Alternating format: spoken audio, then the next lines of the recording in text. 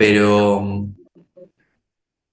pero bueno, me comentarán ustedes en todo caso. En primer lugar, bueno, presentarme yo, porque si no, Profe, yo es el primer cuatrimestre, digamos, que hago y yo me anoté en esta materia. O sea, es la ah, primera vez para mí, por ah, ejemplo. todos están como Mariela, o sea, están ingresando ahora, digamos, a su Vamos. carrera. Sí. Sí, Yo no, Ah, yo también. entonces es yo no, como profe. siempre. Yo no, profe. Bueno, hay algunos que no, está. Yo sí. Tenemos un mezclado, sí, yo después, sí que, bueno, historia de esta materia, antes, o mejor dicho, antes, según los planes de estudio, cada, cada licenciatura o cada carrera, en realidad, pero particularmente cada licenciatura, tenía su materia de sociología y conocimiento científico. Hace unos años que se organiza, digamos, esta materia es transversal, al ser transversal a varios, a todos, en realidad, casi los programas de estudio. Sí, yo daba la licenciatura en criminalística, donde estaba la materia de sociología, de sociología y conocimiento científico. La licenciatura en seguridad pública, por ejemplo, tenía su materia de sociología y conocimiento científico con su cátedra de profesores distinta, ¿no? Con programas de estudio distintos, de eso vamos a hablar. Bueno, esto cambió hace unos años, entonces pasa que ustedes son de distintas carreras. Eh, entonces, me presento yo y hablamos de la materia. Bueno, yo soy sociólogo, obviamente, de formación, profesor de nivel medio, aunque me dedico sobre todo a nivel superior, en este instituto desde el año 2020, si no recuerdo mal, con algún año en el que no estuve porque estuve viviendo afuera.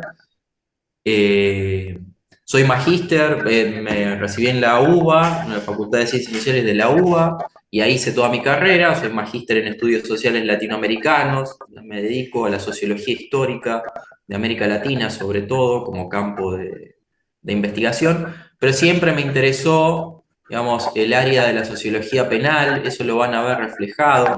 Valentina, por ejemplo, me mandaste mensaje directo, Valentina, pero, por ejemplo, Valentina está ya en el segundo año.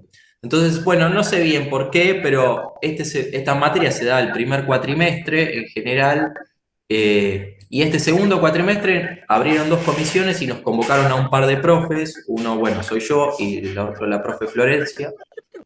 Después hablamos de esto que tiene la comisión 1. Me doctoré también, ¿no? En Ciencias Sociales en la Universidad de Buenos Aires. Presenté y defendí mi tesis doctoral en 2023. Fui becario doctoral del CONICET y actualmente soy becario postdoctoral del CONICET hasta el año que viene. El CONICET es el organismo principal que se dedica a la promoción de ciencia y tecnología en este país.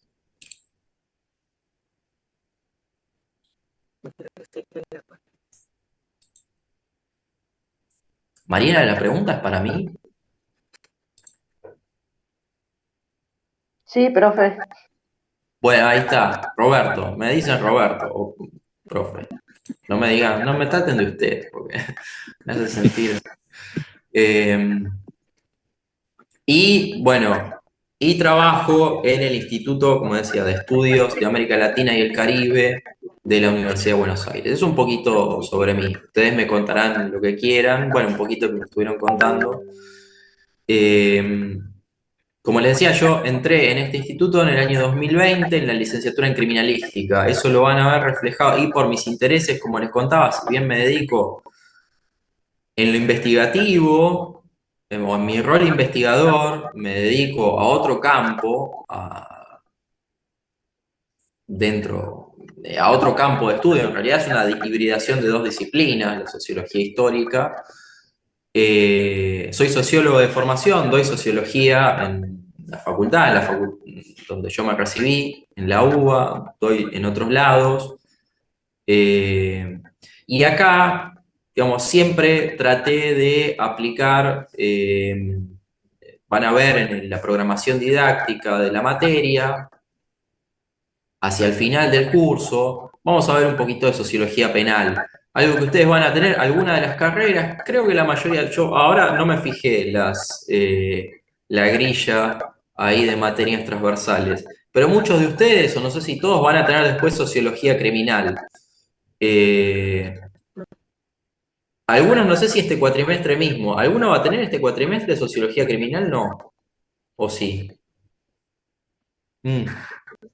Entonces la van a tener después. No, porque este cuatrimestre está una profe que conozco, Florencia también, muchas Florencias. No, Fiorella, perdón.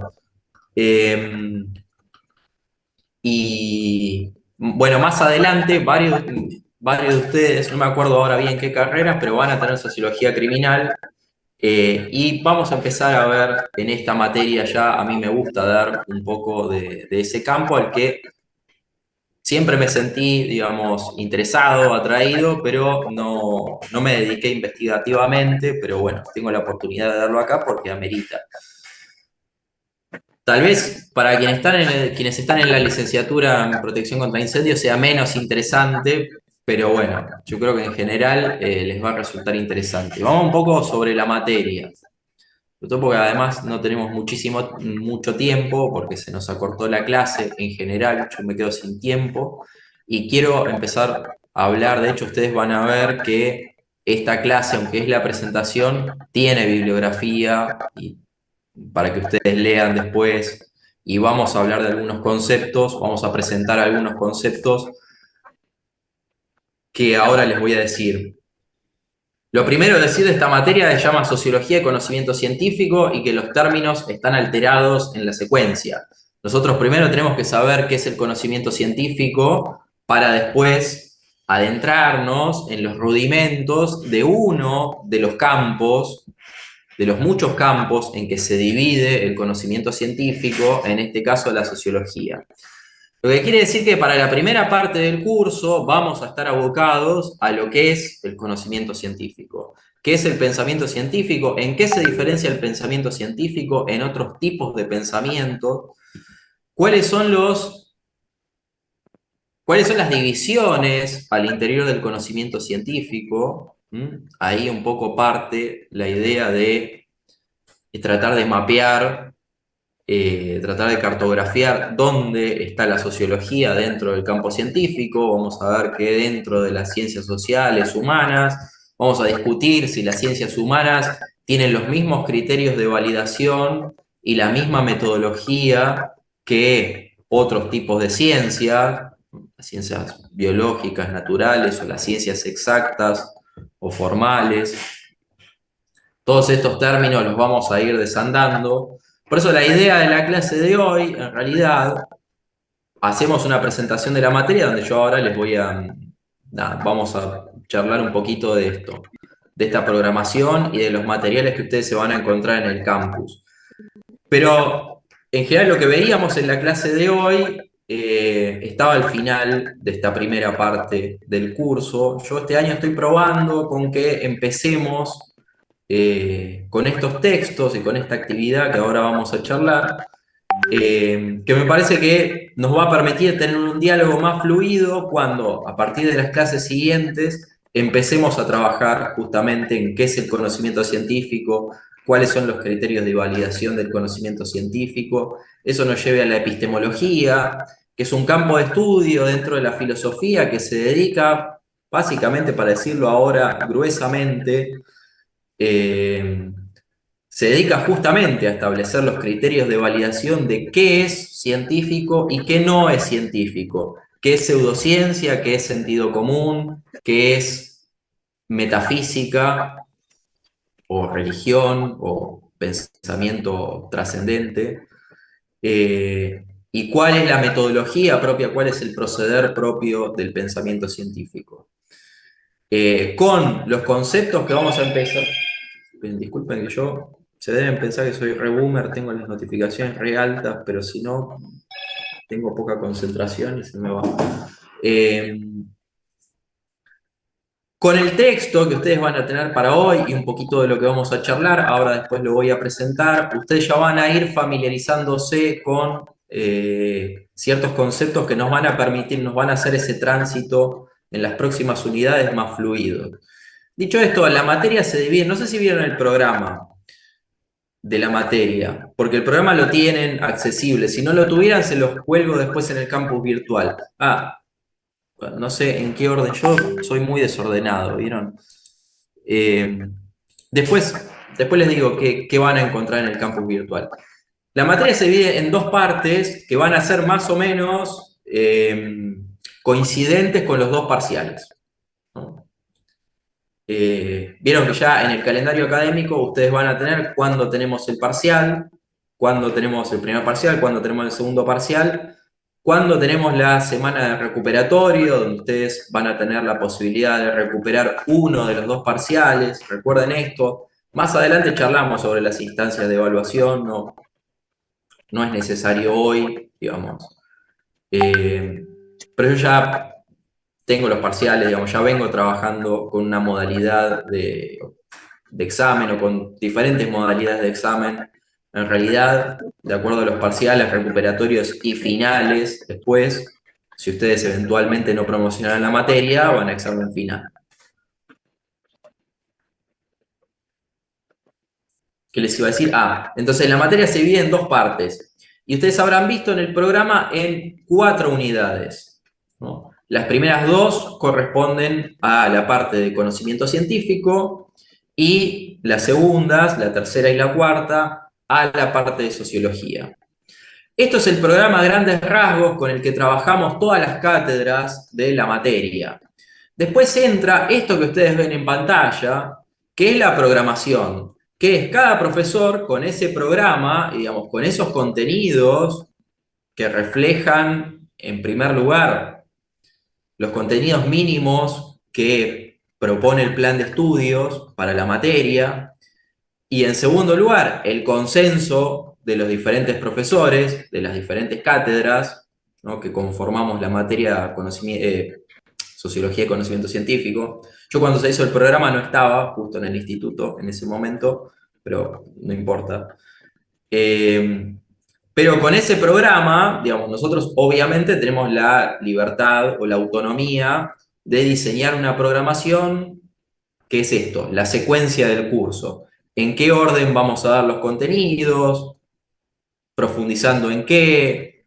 Sepan igual de antemano que ustedes se van a llevar, obviamente, de la materia, cuando termine el curso, cuando termine el cuatrimestre, los contenidos necesarios para, o los contenidos que prevé tanto el plan de estudio, como les decía, el programa que fue consensuado entre todos los profesores. ¿Esto por qué? Porque después en la instancia de examen final, ustedes van a tener una mesa, si es que se fueran a final, no tienen la posibilidad de promocionar la materia. Sobre eso miren el régimen de evaluación que seguro lo tienen. Si necesitan, lo repasamos, pero ustedes saben, esta materia se aprueba con 4, se promociona con 7 en los dos parciales.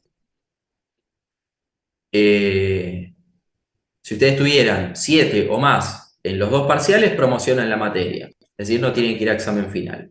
Si no, tienen que pasar por la instancia de examen final.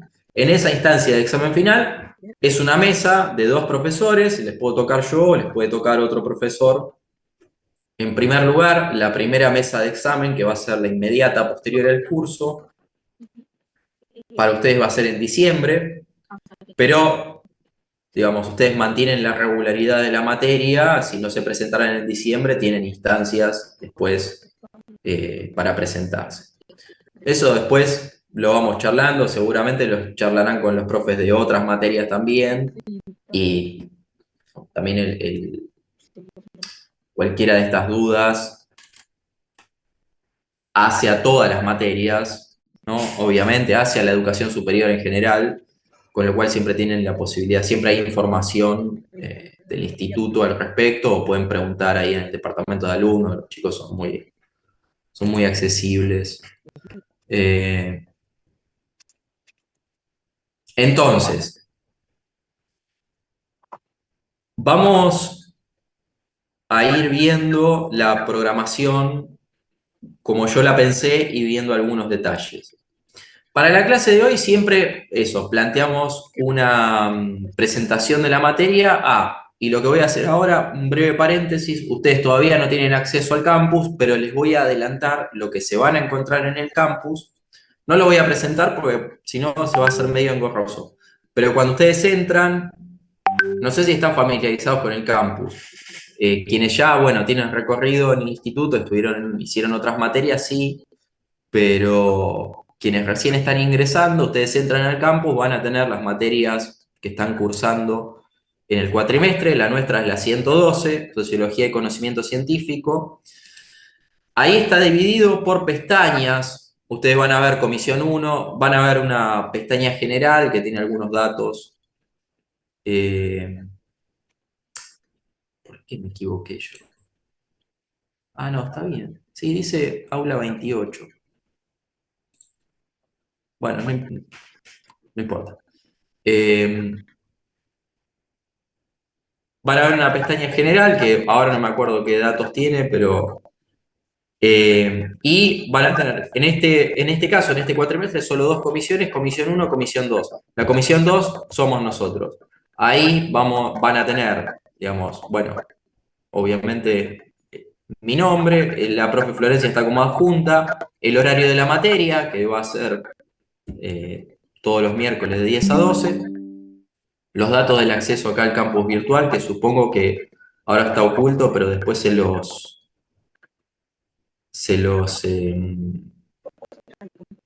desbloquearán. Y de mi parte, después hay un foro, digamos, de anuncios, por si yo les digo algo que es más como así unilateral, aunque ustedes creo que pueden iniciar conversaciones, pero que es como si, no sé, yo les mando algún material adicional durante la semana, que no charlamos, una cosa así. Pero en sí vamos a tratar de trabajar siempre más así sincrónicamente. Es decir, cualquier cambio en la programación, por ejemplo, cualquier material que se agrega, vamos a tratar de charlarlo en esta instancia sincrónicamente. Pero bueno, por cualquier cosa, ahí igual estén atentos. También tienen la posibilidad de mensajes directos conmigo. Una cosa en la que fueron enfáticos en el instituto este año es que nos comuniquemos por ahí, que yo no les dé mi mail personal, por ejemplo, no, WhatsApp o lo que sea, sino que nos comuniquemos por mensaje directo del campus virtual, ¿no? Donde ahí, digamos, queda registrado todo. Esa posibilidad, para quienes no conocen el campus virtual, también la tienen. Tiene un sistema de mensajería ahí directa, donde ustedes me pueden preguntar eh, cuándo es el parcial. Esa pregunta no va a ser necesaria, pero bueno, por ejemplo. Después van a tener una carpeta con la bibliografía que está dividida en las dos partes del curso. Unidades 1 y unidad 2 por un lado y unidad 3 y unidad 4 por el otro. Esta vez hice así, dividirla solo en dos y no dividirla por las 4 unidades, porque hay textos, digamos, que son transversales dentro de cada parte. Entonces ahí van a tener toda la bibliografía, ya tienen disponible toda la bibliografía que ahora vamos a ir viendo en qué secuencia vamos a ir abordando. Y después van a tener por ahora, después les voy a ir sumando más cosas, pero por ahora van a tener las primeras actividades complementarias que van a ser las dos guías de lectura que son de esta primera parte de la materia. Que ahora volvemos a la programación y vamos a charlar. En realidad vuelvo yo, porque ustedes siguieron viendo la misma pantalla. Entonces, en la clase de hoy hacemos esta presentación de la materia, de los materiales de trabajo, ¿no? En el campus virtual. De algunas dudas o consultas sobre toda esta parte operativa que ustedes tengan, que me pueden hacer cuando quieran, no hace falta... Profe, Sí, sí, perdón, sí. cuando dijo actividades complementarias, ¿son actividades que van a tener nota o es Ah, para esa es cómo? la pregunta. La pregunta de Janina es la clave. No, no van a tener nota.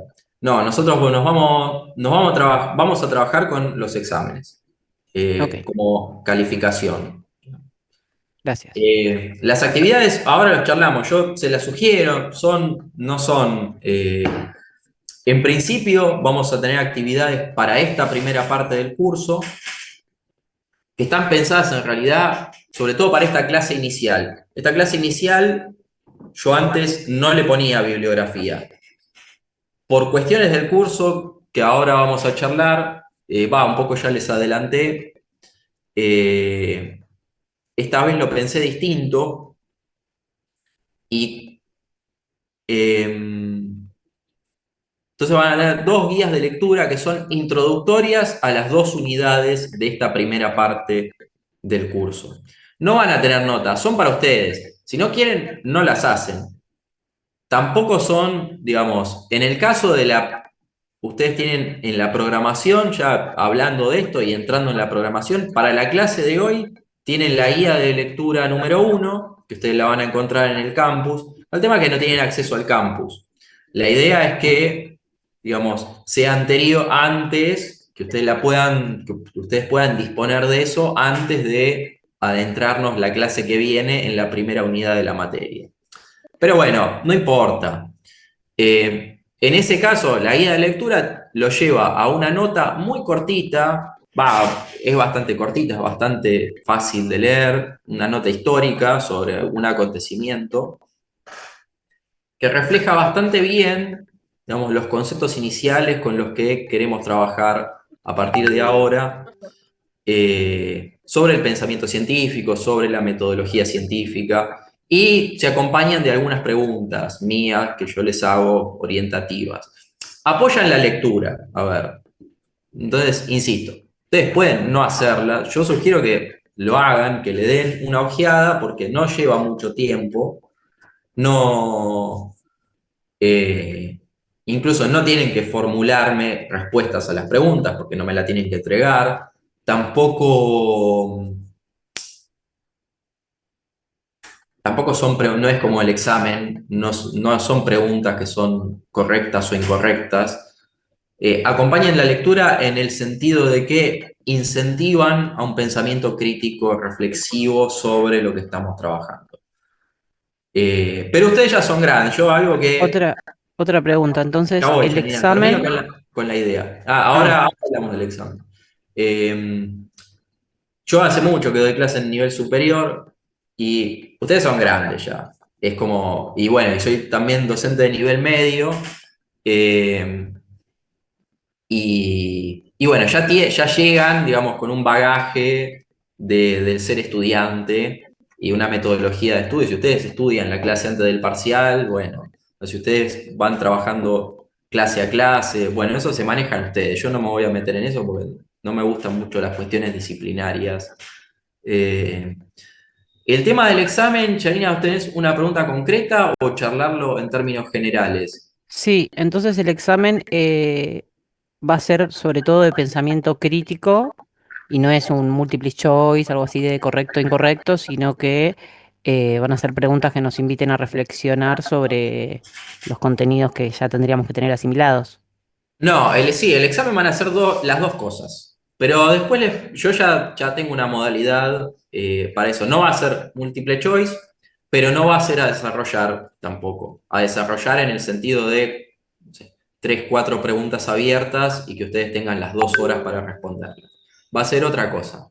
Una metodología que ya implementé en el curso anterior y me resultó que justamente va a la pregunta de Janina. Implica un control de lectura, ustedes van a tener que estudiar, pero al mismo tiempo eh, evitando eh, una falencia, no sé, o que yo veo a veces en los parciales a desarrollar, que es que, bueno, yo les pregunto, no sé, ¿qué es, en qué se diferencia el pensamiento científico del sentido común? Y ustedes me escriben una página intentando, si no se acuerdan bien, intentando arribar una respuesta. No, el parcial van a ser muchas preguntas, o sea, muchas preguntas, no sé, son 10 preguntas, no me acuerdo ahora cuántas hice, pero son alrededor de 10 preguntas que son muy puntuales y que exigen en ustedes una capacidad de síntesis para responderla. Para decirlo rápidamente, los exámenes, los parciales, ¿no? Estamos hablando. Los parciales tienen que ser escritos, ¿no? Según dice el instituto. No tienen que ser totalmente multiple choice. Esa es la otra. Pueden tener una pregunta, porque algunos profesores meten una pregunta de múltiple choice o dos de múltiple choice y dos a desarrollar, por ejemplo. El mío adopta esta modalidad. Son más preguntas con restricción de caracteres. Es decir, que ustedes me tienen que desarrollar, pero en, supónganse, 20 palabras, 30 palabras, dependiendo de, obviamente, la pregunta y la respuesta que yo espero que ustedes formulen. Sobre eso después lo vamos a charlar la clase anterior al parcial. Bueno, esta es una cosa. Ustedes saben las fechas yendo a los exámenes, a la pregunta de Janina, para ya sacarnos, hacemos un fast forward acá. Ustedes saben la fecha de parcial, de los parciales, de los exámenes en general, las pone el instituto. Para nosotros nos cae el 16 de septiembre. Chequeen, si ustedes ya tienen el calendario académico, si no me equivoqué, pero según el calendario académico del instituto para este cuatrimestre, esa es la semana de primeros parciales. A nosotros nos cae el miércoles, obviamente, ¿no? Ahora no tengo presente, bueno, ¿qué empezaría? El miércoles, empieza el 14, la semana del 14 al, no sé.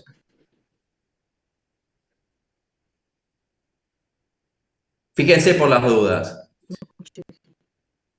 La particularidad, que yo esto ya lo tengo hablado con el instituto, ya estamos todos en conocimiento, es que yo la semana anterior voy a estar de viaje. No van a tener clase conmigo. O sea, la clase inmediata anterior al parcial, yo no voy a estar de viaje. Tengo un viaje hace tiempo, no voy a poder conectarme y, bueno, la materia me la ofrecieron después. Como estamos de adjunto con la profe Florencia, es probable, yo todavía lo tengo que charlar con ella, que esa clase, entonces ustedes van a ver en la programación que del 2 de septiembre, esperen, a mí no me gusta cuando pasa esto.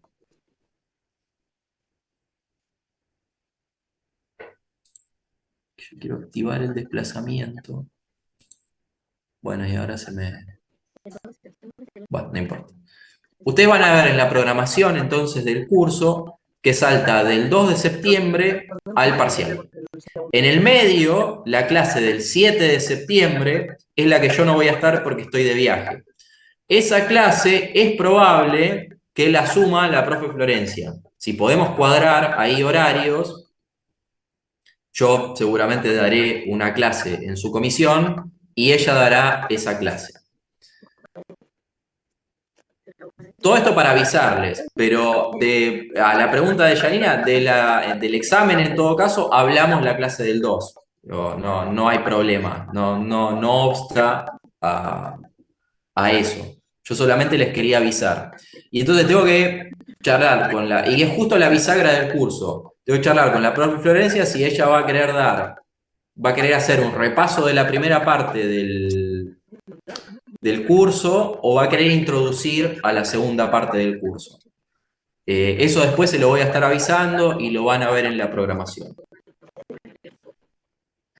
Pero en todo caso, como yo ya les digo, ya esta modalidad, ya los parciales los tengo, nosotros, que la última vez que nos vemos antes del parcial sería el 2 de septiembre, hablamos ahí mejor del examen. Yo les muestro el formato de las preguntas y lo charlamos y no hay problema. Y repasamos los contenidos, obviamente. En cuanto a los contenidos, primer parcial va a ser, y esto también vale para aclarar en la programación didáctica. Primer parcial, conocimiento científico, unidades 1 y 2, primera parte del curso. La clase del 2 de septiembre, que para nosotros va a ser la inmediata anterior al parcial, ya vamos a empezar a trabajar sobre la segunda parte del curso, la parte de sociología. Eso no va a entrar en el primer parcial, ¿m? Entra en el segundo, que son unidades 2 y 3, unidades 3 y 4, segunda parte del curso, la parte de sociología. ¿M? Eso ténganlo en cuenta a grandes rasgos para saber los contenidos del parcial. Y ahora, de los exámenes, perdón. Y ahora, si quieren, vamos desglosando esos contenidos en las unidades y en las clases. Como les decía, en la clase de hoy vamos a ensayar algo que, como yo les decía, usualmente cerraba esta primera parte del curso, la parte del conocimiento científico, que tiene que ver con la metodología de investigación. Pero yo quiero, en esta segunda hora, que trabajemos con algunos conceptos, que ustedes se vayan familiarizando con algunos conceptos que hacen justamente al proceso de investigación científica, porque nos van a servir después para entender la epistemología y los procedimientos analíticos más generales con los que trabaja la ciencia. Ahora lo charlamos un poquito. Yo les voy a dejar, entonces, en ese sentido, yo les dejo la guía de lectura número 1 para que ustedes se introduzcan en la unidad número 1, la próxima clase. Como les decía, es una actividad muy sencilla en base a un textito, a una nota periodística, en realidad, recordando un acontecimiento de la historia, porque es una nota que fue, no me acuerdo en qué diario está. Si yo me cuelgo es porque la conexión, vieron, a veces se resiente, o a veces porque mi computadora no da más. Voy a ir cerrando pestañas. Ah, no tengo nada que pueda cerrar. Pero bueno, no importa. Ah, es más, la guía número 1 acá se las tengo para mostrar.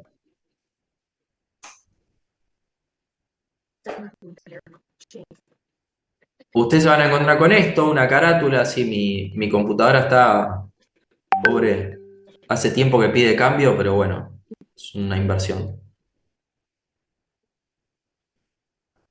Bueno, ahí está la carátula, van a ver los contenidos. La guía número 1 remite a la unidad número 1 sobre método científico.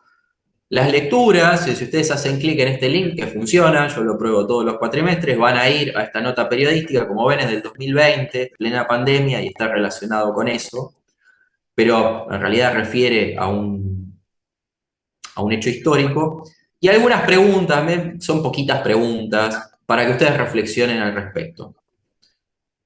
Esto para acompañar las lecturas, que esta vez, y previendo que nosotros vamos a tener una clase menos, por eso, porque la clase que asuma la profe Florencia, ella, si es que ocurre, va a hablar de lo que tenga ganas, yo no le voy a imponer contenidos.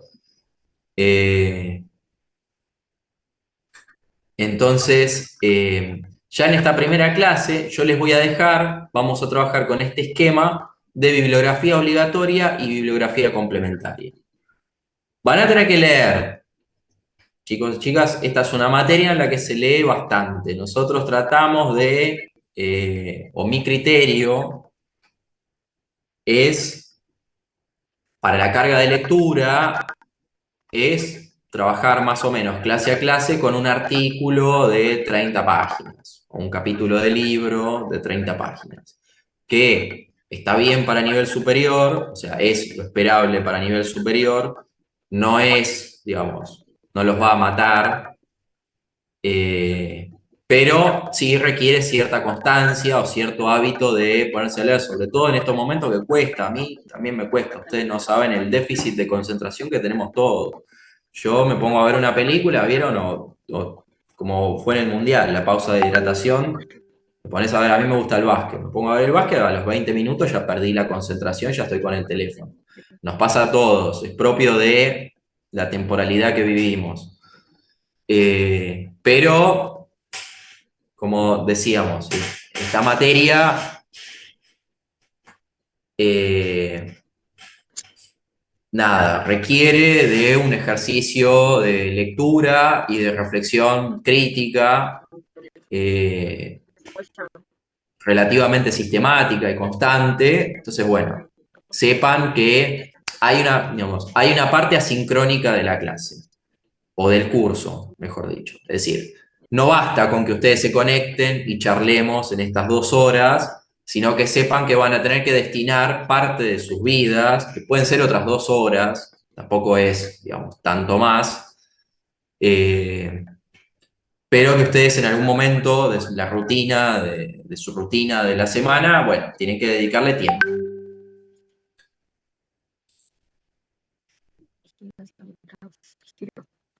Entonces, en este caso yo les indico un capítulo que...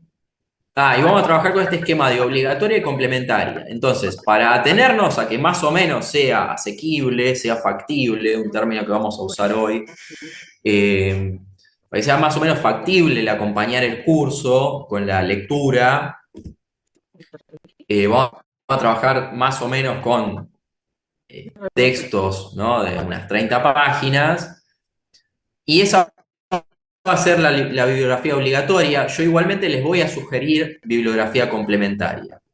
En parte por eso, por la extensión. Por otra parte, porque ustedes van a ver, en la bibliografía obligatoria, por ejemplo, para la clase de hoy, ustedes van a tener un capítulo de este trabajo, ¿no? De este libro, que se llama Introducción al Conocimiento Científico, es del equipo de metodología de investigación de la Universidad Nacional Arturo Jauretche, y es un manual. Quiere decir que estos autores se basan en... O sea, ustedes no van a estar leyendo de los autores clásicos que formularon las teorías, sino que van a estar leyendo una relectura más sistematizada, ¿no? Y un poco más accesible por ahí al ego, al que no conoce todavía del tema, como es su caso, ustedes vienen de otros saberes. Y entonces, esta va a ser la lectura obligatoria. Y, las lecturas optativas, en general, sí van a ser los textos de autor, que por ejemplo en este caso tienen, bueno, ahí se lo muestro en pantalla, todo esto lo van a tener en el campus, eventualmente. Siempre pasa esto, que la primera semana no tienen disponible el campus, entonces como hablar de algo que todavía no tienen, pero bueno. Lo que puedo hacer, si ustedes quieren, recuérdenme que tengo que hacer 2 cosas, porque a mí se me va el tiempo. Otra cosa en la que fue enfático el instituto es este año tomar lista. Vamos a tener que cortar, supónganse, 12 menos 10, 12 menos cuarto, porque ustedes dicen, no, está bien 12 menos 10. Más o menos igual que el curso pasado. Somos más o menos 50, un poquito menos. Y yo voy a tener que tomar lista, tipo, nombrándolos a cada uno. Es súper tedioso, es de antaño, pero bueno, el instituto fue bastante enfático con el tema de las asistencias. Si ustedes no pueden venir a una clase, me avisan, no hay problema, le avisan a un compañero que dé el presente. No es conmigo una cuestión disciplinaria, pero tenemos que cumplir con eso. Ustedes saben que tienen, para mantenerse regulares en la materia, tienen que tener el 75% de asistencia, que es bastante, es un montón. O sea, no sé cuántas clases pueden no estar, pero son poquitas. Eh, así que nada, bueno, eso, salvedad. Y lo otro, si quieren, al final, también recuérdenme que yo les puedo pasar por el chat estos materiales. Así ustedes disponen de eso antes de poder entrar al campus. ¿Mm? Recuérdenme, tipo menos 20, que yo no me cuelgue, y lo hacemos. Van a tener en este caso como bibliografía complementaria un texto de un epistemólogo argentino, falleció hace un tiempo, yo me formé con sus herederos en la Facultad de Sociales, en la carrera de Sociología, que es Gregorio Klimovsky. Yo les sugiero igual de ese texto, que hoy lo vamos a charlar. Cristian pregunta si hay grupo de WhatsApp. Eso importante. Si hay grupo de WhatsApp, súmenlo a Cristian o súmense quienes no están. Eh, Eso se autogestiona ustedes. Eh, que yo sí, y se los digo ahora porque después me voy a olvidar. Ustedes van a ver que en la clase de hoy, la programación, ustedes van a ver la fecha de la clase, el número de la clase, ¿no? Y la unidad didáctica sobre la cual vamos a trabajar. En esta primera clase no vamos a trabajar sobre una unidad didáctica, sino que es la presentación de la materia. Entonces, como les decía, vamos a ver algunos conceptos introductorios para que el lenguaje en las próximas clases, de acá al primer parcial, que vamos a trabajar sobre conocimiento científico, sea un poco más, la comunicación entre nosotros sea un poco más fluida. Y todos sepamos de qué estamos hablando cuando decimos hipótesis, por ejemplo. Algo que vamos a ver que van a ver ustedes en el primer texto. El primer texto es un poquito largo, ahora después vamos a charlar sobre eso. Es poco más de 30, son creo que 40 páginas, pero es de lectura súper ágil. Termina justamente con el concepto de hipótesis, por eso lo traía.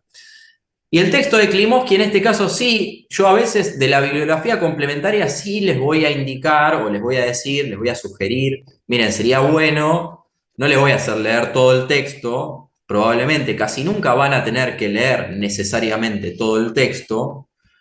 En algunas clases incluso les voy a decir, por ejemplo, en la próxima, el texto de Hempel no lo lean, pero Hempel es un referente del empirismo lógico dentro de la epistemología, entonces está como justamente como eso, como una cita de autoridad. Pero no lo lean ese texto, es un texto viejo, no hace falta. Pero en este caso sí les voy a sugerir del texto de Klimovsky, ustedes van a ver que acá la presentación dice el proceso de producción del conocimiento científico, que es sobre lo que vamos a hablar ahora, y lo que van a ver en el texto de Carbonelli y colaboradores, y contextos del conocimiento científico. Que eso, yo ahora me parece que no está en esta parte del texto de Carbonelli, pero el texto de Carbonelli y colaboradores lo vamos a seguir trabajando en las siguientes unidades y seguramente se lo van a topar citado, de hecho está citado el texto de Klimovsky, pero yo sí les sugiero que si pueden, vean esta parte, que es la última página. Esperen que ya me perdí con las pestañas del PDF. Es la última página, la 29, que del PDF, que es de a 2 páginas, es la 13, del texto de Klimovsky, donde se refiere a esos conceptos que están citados en la presentación de la materia, que son los contextos. Contexto de descubrimiento o de producción, de validación y de aplicación. Que ahora mismo lo vamos a charlar de qué son, pero acá lo tienen, son apenas 2 paginitas, como ven. Son conceptos que él, a su vez, recoge de otro epistemólogo europeo, Hans Reichenbach. Bueno, en fin. Sí les sugiero en este caso del texto de Klimovsky que, nada, se lean esa última página, pero en general, volviendo a la presentación del curso, o volviendo a la modalidad, a la dinámica del curso, la bibliografía complementaria yo les voy a sugerir así algunos puntos sobre la cual sí me parece que es fundamental que ustedes lean y que van a necesitar leer para estudiar para el parcial, va a estar siempre del lado de la obligatoria. Entonces, presentemos muy rápido el resto, la hoja de ruta del curso, y vayamos a estos conceptos preliminares, ¿no? Sí, que hacen a la presentación de la materia y que ustedes van a poder después leer en el texto de Carbonelli y en parte en el de Klimovsky. Después de la clase de hoy vamos a ir a la unidad número 1,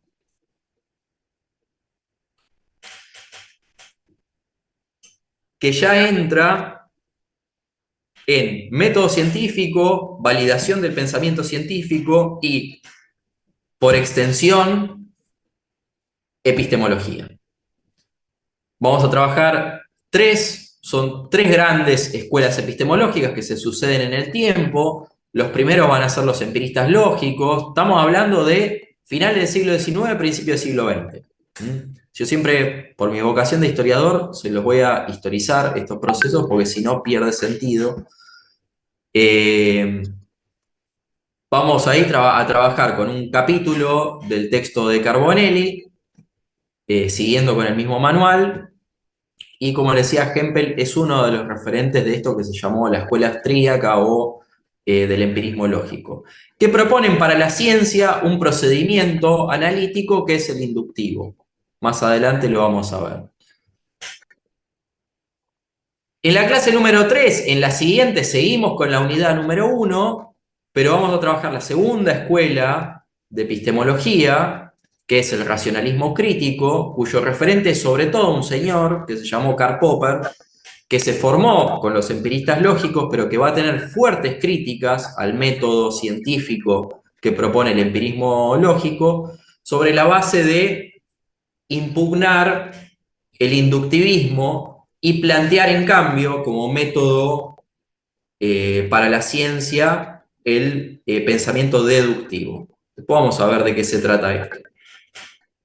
Ahí van a tener otra guía de lectura, que los va a introducir un poquito, porque esto se complejiza un poco más, y los va a introducir un poquito en la unidad número 2, donde ya vamos a estar hablando de la ciencia a mediados del siglo XX, años 50, 60 del siglo XX, donde van a aparecer diferentes autores, sobre todo, que ahí ustedes lo tienen citado en la bibliografía optativa, Thomas Kuhn, un físico, cuyo origen no me acuerdo, era norteamericano, bueno, no importa, que va a proponer los conceptos de paradigmas, revoluciones científicas. La ciencia no se maneja, para Kuhn, de manera lineal, ni de manera formal, como proponían los empiristas lógicos, sino que está fuertemente vinculada a la historia de su tiempo.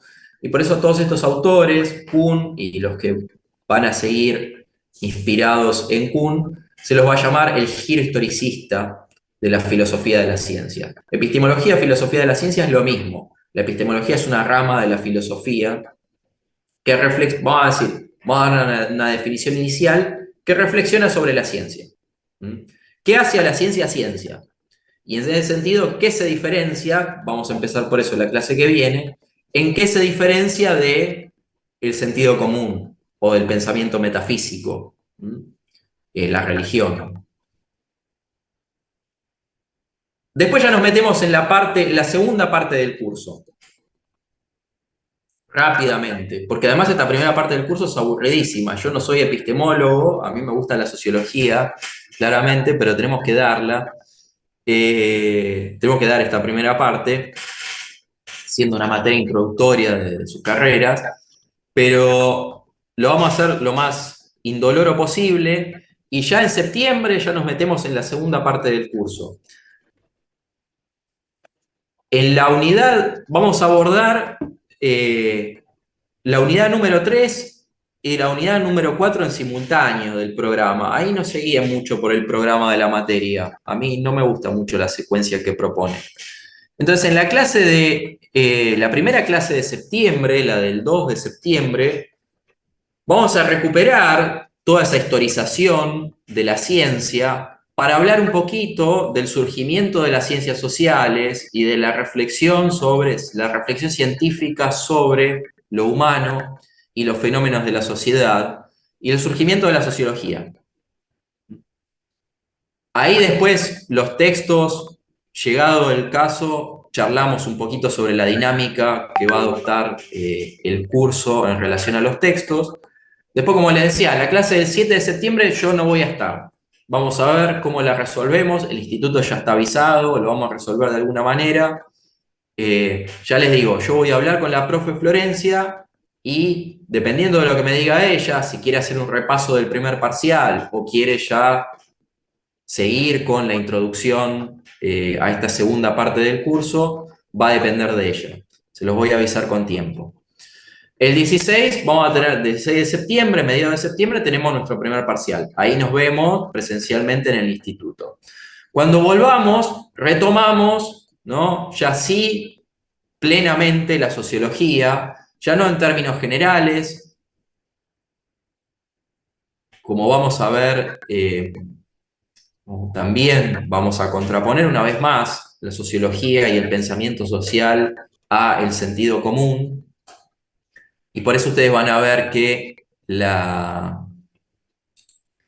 clase dice unidad 3, abarca las unidades 3 y la unidad 4, que la unidad 4 es una unidad que pensaron los profes al final del curso, justamente como reflexión final del curso, pero que a mí me gusta más darla al principio, eh, y que de hecho la vamos a abordar con un mismo texto, con lo cual me parece mejor este esquema.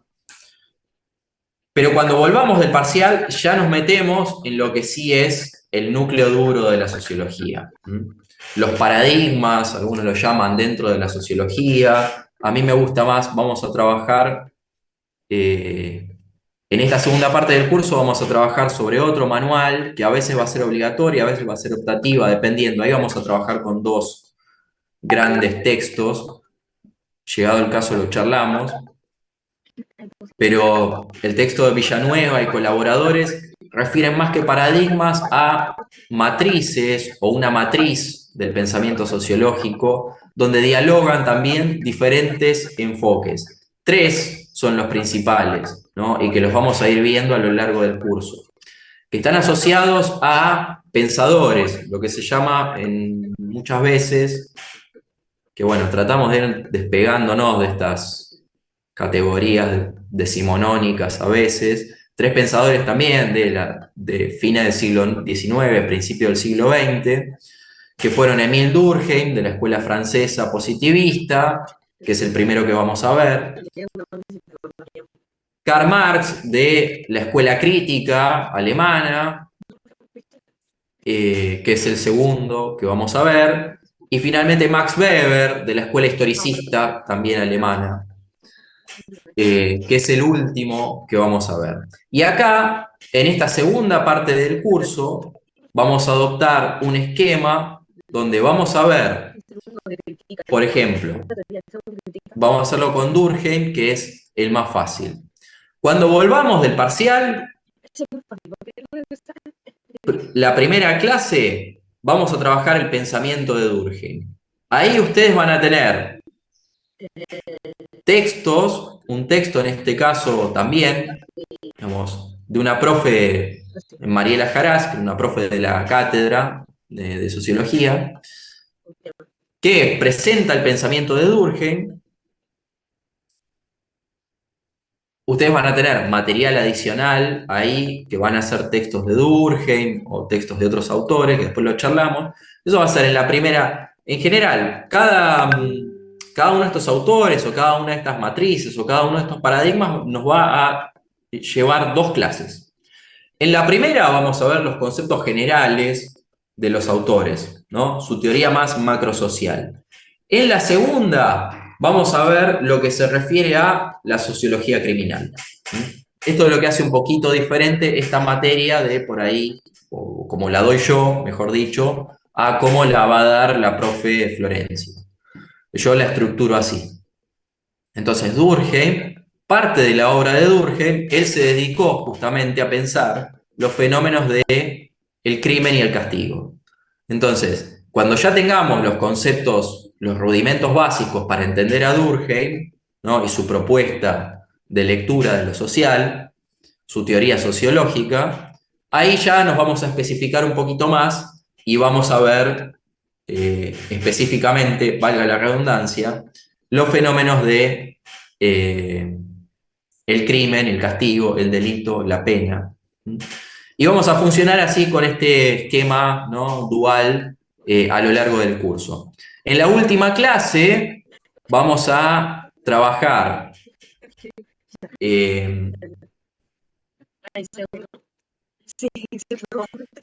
un primer intento de hacer dialogar una teoría social, una teoría macrosocial que surge a mediados del siglo XX y que va a ser el primer intento de muchos que les van a seguir. Y si ustedes tuvieran conocimiento de Sociología 2 en la carrera, que no lo van a tener, pero si se dedicaran a la sociología sí, ustedes van a seguir viendo, ¿no?, cómo se desenvuelve el pensamiento sociológico, pero nosotros vamos a parar ahí, ¿no?, porque esta materia es introductoria.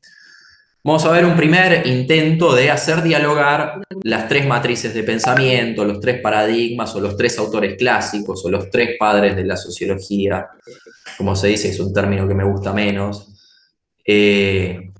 con el enfoque estructural funcionalista. Ya les digo, una teoría sociológica de mediados del siglo XX que en su momento fue hegemónica, que tiene sus críticas, pero bueno, no importa, que nos va a servir justamente para hacer dialogar a estos tres autores.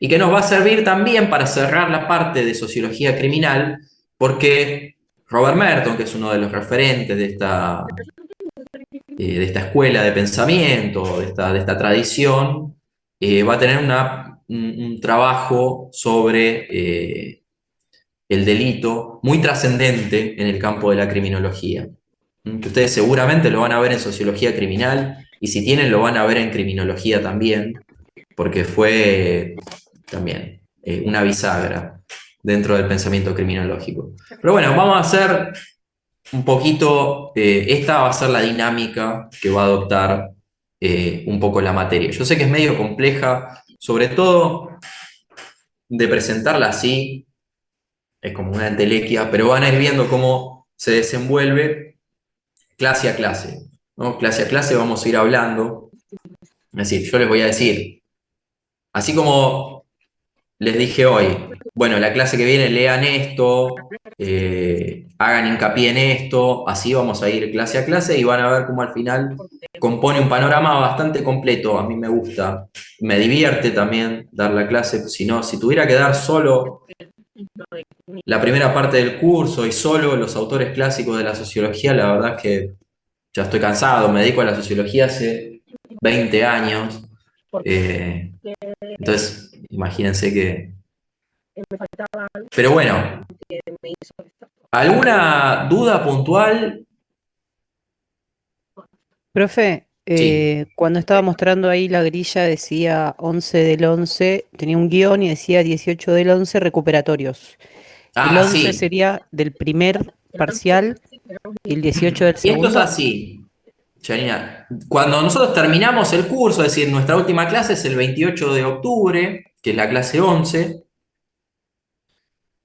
A la semana siguiente, 4 de noviembre, según lo dispone el instituto, tenemos nuestro segundo parcial.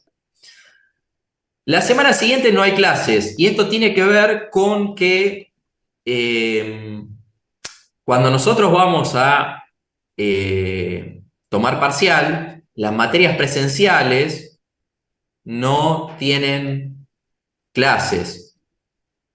Y a la semana siguiente que toman las materias presenciales, nosotros no tenemos clases. Entonces, esa semana no hay clases en el instituto.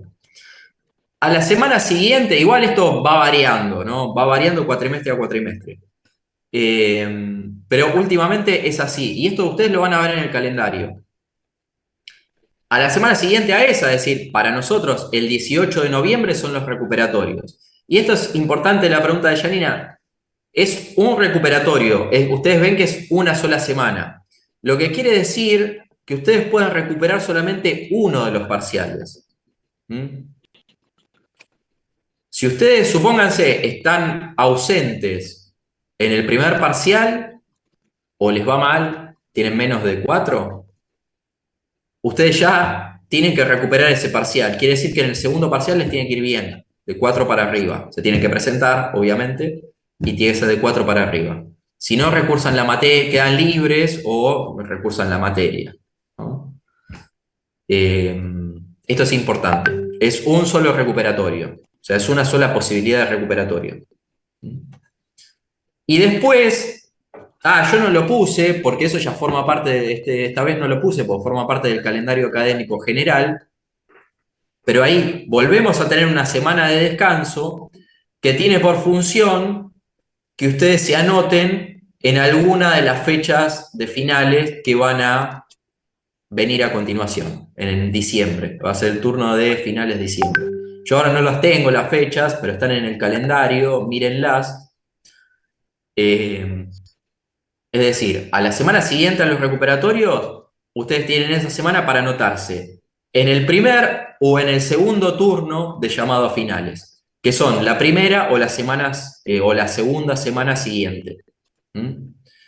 Ahí tengan en cuenta, o esto es a tener en cuenta, este año no se respetan los horarios de la cursada para los finales. Es decir, la materia Sociología del Conocimiento Científico no necesariamente, no necesariamente les voy a tocar yo y no necesariamente va a ser el miércoles de 10 a 12. ¿Mm? Esto tiene que ver con que, como ya les digo, ahora el instituto arma mesas de exámenes con 2 profesores y por turnos. Entonces, como les digo, no necesariamente les voy a tocar yo y no necesariamente va a ser en nuestro horario de cursada. Eh, Eso ya, bueno, como les digo, en principio las fechas las pueden ver en el calendario porque ya están, pero después los días, horarios específicos y los profesores que van a estar a cargo de las mesas, eso lo determina el instituto a final del cuatrimestre, ¿no? Al final del curso. Todavía no sabemos. Y con eso sí cerraría, digamos, la materia, cerraría el curso. ¿Mm? Es una pregunta Gracias, importante, profe. pero llegado el caso, también lo vamos a charlar, incluso podemos charlar cuando nos veamos presencialmente en el instituto para el parcial. Los finales son orales, ¿m? Eso ténganlo en cuenta, después charlamos de estrategias, demás. Eh, pero el final, a diferencia del parcial, de los parciales, son orales. Para ustedes que son alumnos regulares de la materia, son orales. Para los alumnos libres tiene otra modalidad. Pero, pero bueno, eso también es un elemento a tener en cuenta en principio. ¿Alguna otra duda así operativa? Si no, vemos, como les decía, un par de conceptos que ustedes los van a ver en los textos de Carbonelli y en ese pedacito del texto de Klimovsky. Les insisto en que, si pueden, véanlo. Nosotros igual lo vamos a seguir hablando en esta primera parte del curso, porque dentro de la epistemología, o de los enfoques de la epistemología que vamos a ver, hay diferentes posicionamientos sobre estos contextos, pero es bueno que lo lean de este autor, que bueno, nada, es un autor clásico de la epistemología argentina. No, insisto, ¿alguna otra duda operativa? Si no, pasamos a charlar un poquito sobre la clase de hoy, digamos, y guardamos los últimos minutos que les tengo que tomar lista y les paso los materiales. Así ustedes disponen de eso antes de la semana que viene, que se les va a abrir el campus y ahí sí van a poder ver todo. Profe, Profe, una perdón. consulta. ¿Las Sí. personas que rinden libre pueden igual cursar las materias estas virtuales sin interrupción de la clase? Eh, no sé, Noelia. Sí, Ah, qué sé yo, acá se conecta el que quiere y yo les hablo, no tengo problema. Las personas que están libres, no sé si saben, no sé si es tu caso, Noelia, pero la no, no diferencia es mi que caso, pero quería saberla para otras materias, por ejemplo. no, la diferencia que tienen es que ustedes se presentan en examen final, en mesa, en algún turno, ¿no? Las mesas de examen final se abren para los estudiantes regulares, tanto como para los estudiantes libres. La diferencia que tiene para los estudiantes que vayan a rendir libre es que primero tienen que pasar por un examen escrito y después, si lo aprueban, solamente pasan a la instancia de examen final. Es un examen bastante más desgastante porque, bueno, se supone que, ¿no?, ustedes no son alumnos regulares, son alumnos libres y tienen que acreditar, digamos, más conocimiento, no sé. Esa es la diferencia que tiene. ¿Mm? Ok, muchas gracias. En general, lo que pasa con los alumnos libres es que se quedaron libres por asistencia o porque no vinieron a los parciales y nada, para no recursar la materia van y se presentan libres. Pero entonces la diferencia es que el examen tiene una dificultad adicional o tiene una secuencia de 2 instancias, cosa que no es para los regulares. Para los regulares, para ustedes, o si se da en el caso de alguno de ustedes, ustedes se presentan y el examen es oral, hablan ahí con el profesor, sobre eso después charlamos, eh, y ya está. El profesor les pone unas notas y se van a su casa. Pero, no sé, supongo que si tienen algún amigo que, que ya cursó la materia pero no vino a los exámenes, o que faltó y se quedó libre, y se quiere conectar y le quieren pasar el link, qué sé yo. En principio el link bueno, no sé cómo se conectaron hoy, pero está en el campus virtual, ¿no? El link de acceso a las clases, a esta que va a ser el aula 9, que va a ser nuestra aula virtual. Profe, Eh, perdón, yo tengo una sí. pregunta. O sea que las clases, porque no entendí bien, solo van a ser con vos, no hay como otro profesor. No, no, no, Camila, son conmigo. Lo que pasa es que yo les digo, yo cuando me ofrecieron en el instituto, esta es una situación particular, hasta ahora, digamos, que no se había dado, esta es una materia que se da el primer cuatrimestre, nada más. Como están ustedes, digamos, este cuatrimestre, este segundo cuatrimestre, se abrieron 2 comisiones. Una es mía, es esta, la nuestra, la comisión 2, y la otra es la 1, la comisión de la profe Florencia. Eh, Como yo cuando agarré la comisión le dije a la coordinadora del IUCE, mirá que hay una semana que no voy a estar, porque ya tengo programado un viaje al exterior, no me voy a poder conectar. Me dijo, bueno, te pongo de adjunto en la otra materia y pongo de adjunto tuyo a la profe Florencia y en todo caso arreglan a ver si pueden, sepan, como ya les dije, o tengan en cuenta que yo el 9 de septiembre no voy a estar. ¿Mm? Y vamos a ver cómo lo resolvemos. Pero sí, las clases van a ser siempre conmigo. Lo que no va a ser conmigo es el final, necesariamente. Capaz que sí, me toca ahora en diciembre y, pero yo voy a ser uno de los profesores, ¿no? Sepan que es una mesa compuesta de 2 profesores de la cátedra, de la materia, que no necesariamente voy a ser yo. Puedo ser yo o puede ser otros 2 profes que ustedes no conocen. Eso sí, para los finales.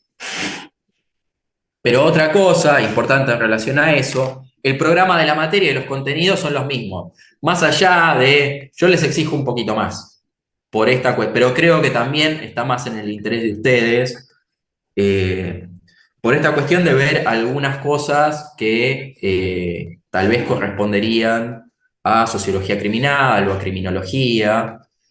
Eh, Me tomo ahí una cierta autonomía, pero más allá de eso y de cómo profesores vamos manejando la programación, que es esto, la secuencia en la que desenvolvemos los contenidos son los mismos. ¿Mm? Por eso es que por eso es que cuando ustedes se presentan a final, les toca a cualquier profe, porque los contenidos del programa son el mismo para todos los profesores de la materia. Gracias, profe.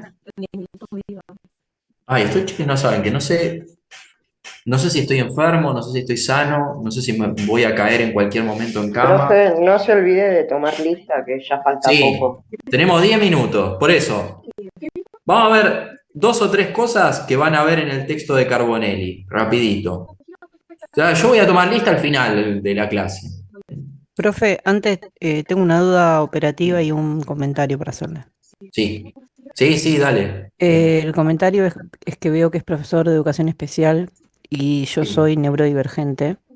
Y la pregunta operativa era si se pueden grabar algunas clases justamente porque capaz que me pierdo algún concepto porque estoy presente, pero se me va la Sí, cabeza. obvio.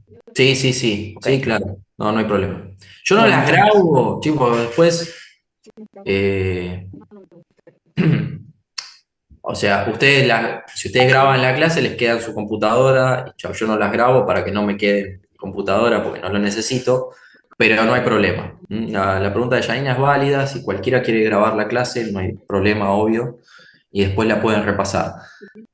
Van a tener distintos materiales de apoyo, igual, en principio estas presentaciones que yo voy a usar también. Bueno, las guías de lectura están para apoyar eso. Igual, yo soy profe de educación especial en el título, nunca ejercí, de hecho, ejercí muy poco en nivel medio. Soy sobre todo hace muchos años, sí, hace 10 años, profesor de educación superior. Pero, pero bueno, Sí, vamos conmigo con... no va a tener problema de que participe en clases, sino que va a tener que decirme que me calle, pero bueno, por lo visto de pronto tengo preguntas válidas en No, esto sí, de obvio, pensamiento sí. creativo. Sí, todas las preguntas son válidas. Hace poco escuché una frase que es buenísima y es de un periodista deportivo igual. Pero es válido que todos opinen, no así todas las opiniones. Esto un poquito también para el curso. No todas las opiniones son válidas. Las opiniones de Hitler no son válidas, pero sí es válido que todo el mundo opine. Eh, en el caso de las preguntas siempre son válidas. En, también en términos del contenido. Eh, Vamos a ver un poquito acá, lo que divide en Gracias. Carbonelli es, o lo que tratan de hacer, que hacen Carbonelli es proponer una secuencia. Esto empezaba antes, esto no lo vamos a ver porque viene después, pero vamos a trabajar sobre estos conceptos. Es proponer una secuencia del proceso científico. Yo la pregunta disparadora que tenía pensada es, bueno, ¿qué piensan que hace un científico? Y Carbonelli y colaboradores nos proponen una secuencia que en general no se da así de manera lineal, como ustedes la ven en el PowerPoint, pero que nos sirve para ordenar las fases por las cuales pasa una investigación científica. La primera es la delimitación del tema, obviamente. Ahí hay una relación del investigador con el tema que es muy personal, ¿no? Y esto tiene que ver con un poquito con lo que vamos a discutir hoy, al final, pero que vamos a seguir trabajando dentro de las reflexiones de la epistemología sobre el conocimiento científico, que son los contextos, ¿no? Los contextos, un elemento clave del contexto de producción es, bueno, ¿qué lleva? Vamos a definirlo rápido, así ya nos sacamos de encima eso, pero ustedes lo van a poder ver en esa última página del texto de Klimovsky. Él toma de Reichenbach una división de los contextos, digamos, antes y después y durante este proceso, que ustedes ven así como si fuera una línea de tiempo, existen contextos, ¿no? En los que se desenvuelve la ciencia, ¿no? Y el proceso de hacer ciencia. Reichenbach propone tres, y Klimovsky los retoma, que son el contexto de producción, que básicamente es lo que sería como, si ustedes quieren, un paréntesis en esta línea de tiempo, ¿no? Es decir, lo que está por afuera, pero que influye en la investigación. Bueno, hay parte de la epistemología que va a decir no influye, hay otra parte de la epistemología que va a decir sí influye y de hecho es decisivo, pero ¿en qué momento hacemos? Vamos a charlar mejor de esto en la clase que viene para que ahora no nos saque tiempo. Pero la cuestión es si efectivamente el contexto histórico, el contexto económico, el contexto social, el contexto político, influyen en esto, en esta línea, en esta secuencia que ustedes ven. En la manera, ¿no?, en que hacemos ciencia, en la manera en que elegimos temas, los investigadores científicos, y en la manera también en que arribamos a conclusiones válidas. ¿Mm? Ese es el contexto de producción o descubrimiento de los que propone Reichenbach, que va a retomar Kuhn, y ustedes lo ven en ese último párrafo del texto de Klimovsky. Por fuera de este proceso van a venir otros dos contextos que son el de validación, que es básicamente lo que nos va a ocupar la primera unidad del curso, no, las primeras 2 unidades del curso, es lo que vamos a seguir trabajando, y que es el objeto de la epistemología, el objeto de preocupación de la epistemología. Bueno, ¿cómo decir a posteriori, una vez que un investigador hizo todo este recorrido y arribó a conclusiones, ¿no? ¿Cómo saber si esas conclusiones son válidas como pensamiento científico o en realidad corresponden a otros tipos de pensamiento? Como ya le decía, el sentido común, la pseudociencia, el pensamiento metafísico, pero no son ciencia. A eso se dedica la epistemología. Eso es lo que vamos a empezar a ver la clase que viene, y nos va a ocupar las siguientes 3 clases, ¿no? Toda la primera parte del curso. Ahora, algunas disciplinas, esto lo vamos a ver más adelante, pero algunas disciplinas, la mayoría de las disciplinas científicas, lo que se llama las ciencias fácticas o empíricas, tienen efectos sobre se dedican a conocer la realidad. Y en ese sentido tienen efectos potenciales sobre la realidad. Meme típico de internet, cuando alguien trolea en contra de la ciencia, vos estás escribiendo en una computadora y la computadora surgió ¿de dónde? La computadora, el teléfono, toda la tecnología en general, pero también en relación a las ciencias sociales, las políticas públicas que aplican los gobiernos, por ejemplo, son producto o conforman lo que se llama ciencia aplicada. La ciencia aplicada es el resultado tangible, materializado del proceso de producción, del proceso de conocimiento científico. Todo este proceso se fue aplicando para desarrollar lo que se llama ciencia básica, y esa ciencia básica permitió en un momento, ¿no?, materializar sus resultados en tecnología. Para el ejemplo más claro es efectivamente la tecnología. Esa tecnología tiene efectos sobre la propia ciencia, ¿no? El telescopio de Galileo, vamos a hablar la clase que viene, pero mucho más allá del campo de la ciencia, ¿no?, en el campo general, ¿no?, de la vida social. Entonces a eso se refiere el contexto de aplicación, ¿no?, o el concepto de ciencia aplicada. Esos son los 3 conceptos básicos del texto de Klimovsky, los 3 contextos que van a ser bastante motivo de reflexión a lo largo de esta primera parte del curso, como les decía. Pero para pasar rápidamente por esta secuencia, después de definir un problema, un científico lo que va a hacer es ir, vamos así, es ir a lo que ya otros produjeron sobre ese tema, y va a componer su marco teórico, ¿no? El marco teórico es justamente las categorías o conceptos a partir de los cuales va a abordar o a entender ese tema, y conforma como si fuera el telescopio, ¿no? Efectivamente, enfoca, ¿no?, en determinados elementos y hace abstracción de otros.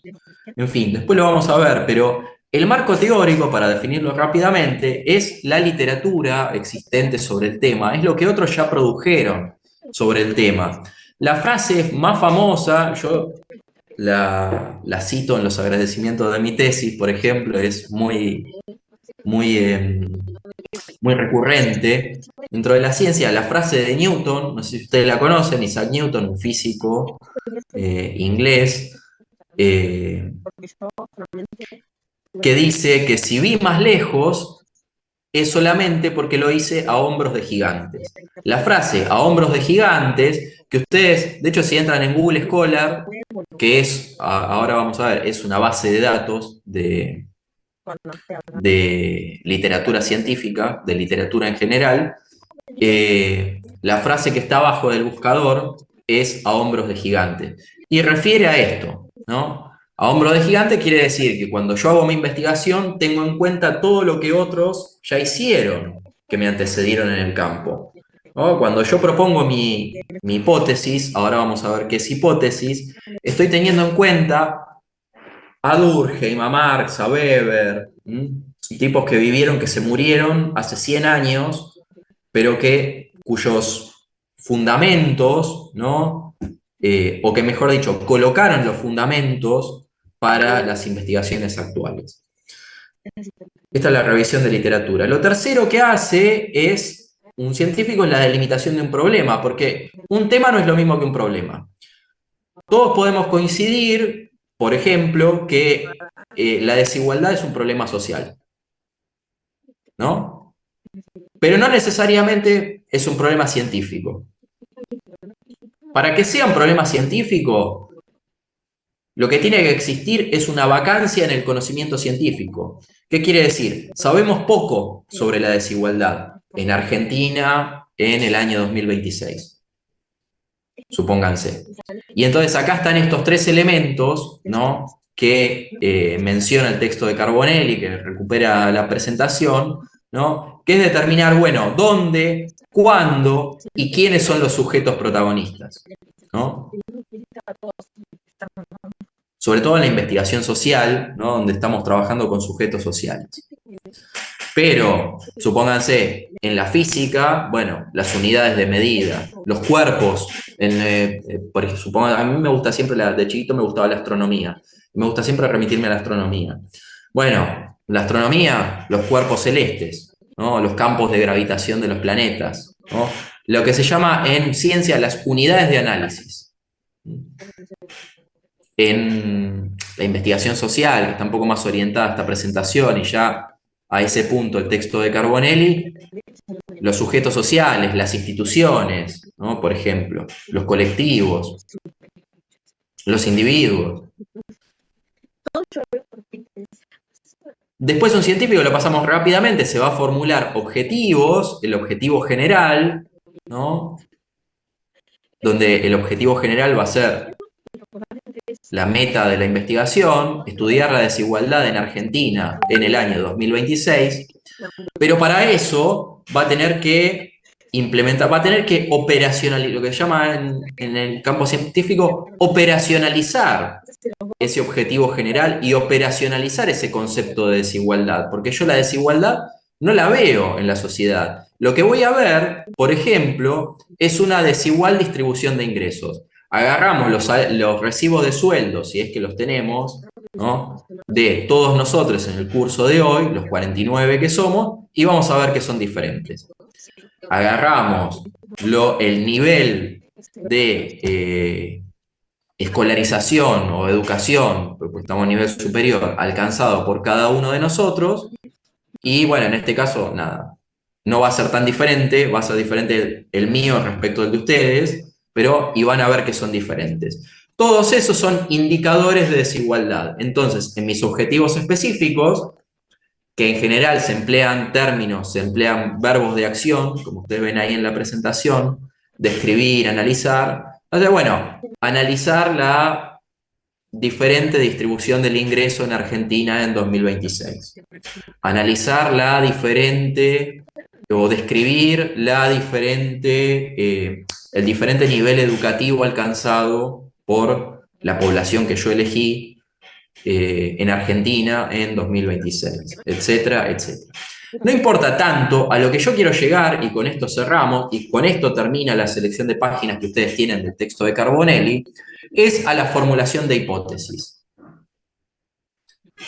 Una hipótesis es una idea, una imputación sobre ese fenómeno, la desigualdad.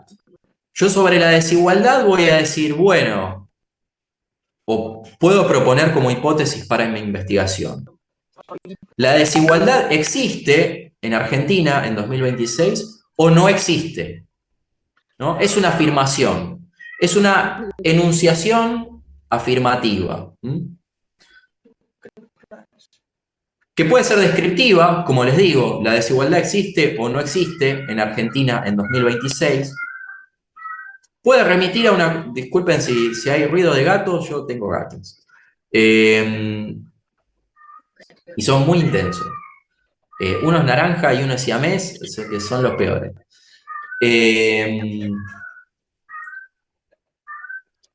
Yo puedo decir, lo que veo es una correlación o una probable asociación entre la desigualdad de ingresos y el nivel educativo alcanzado, y ahí hablamos de una correlación. Son dos variables que yo sé que, dos variables, ¿no? Variables remite a eso, ¿no? A los dos indicadores que yo tomé para definir la desigualdad. Que yo veo que son variables, se llaman variables porque varían en un sentido. Veo que a menor nivel de ingreso, menor nivel educativo, menor nivel de ingreso. Mayor nivel educativo, mayor nivel de ingreso. Hay una correlación. O puedo ir un poco más allá y arribar a una hipótesis causal, una imputación, ¿no? De causa-efecto, donde digo, bueno, la desigualdad educativa influye sobre la desigualdad de ingresos.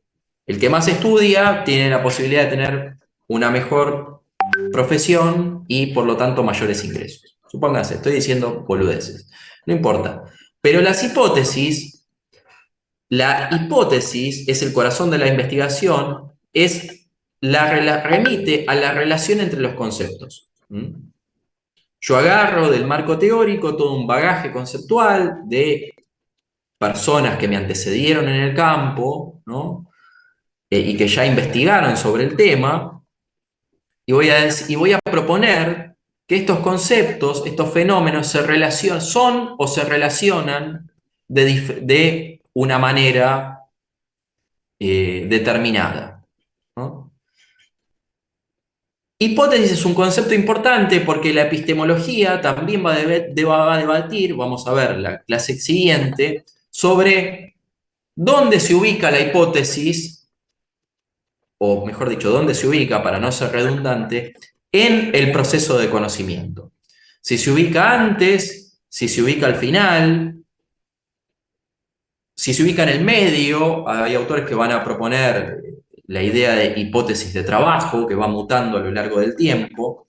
Pero bueno, en fin, cuando veamos método inductivo, deductivo, ahí, y la epistemología en general, ahí vamos a volver sobre todo, vamos a volver recurrentemente sobre la idea de hipótesis, y sepan que, para definirlo rápidamente, hipótesis es esto, es una proposición, ¿no? Sobre un fenómeno, sobre las cualidades de un fenómeno o sobre la relación entre dos fenómenos, inclusive respecto de esos dos fenómenos, que uno puede estar causando el otro. Bueno, vamos a la lista. Sí, sí, como dice Tatiana, yo ya lo estaba teniendo en cuenta y de hecho llegamos bastante bien. Seguimos la clase que viene. Ah, esperen que le paso las cosas al chat. Déjeme ver que tengo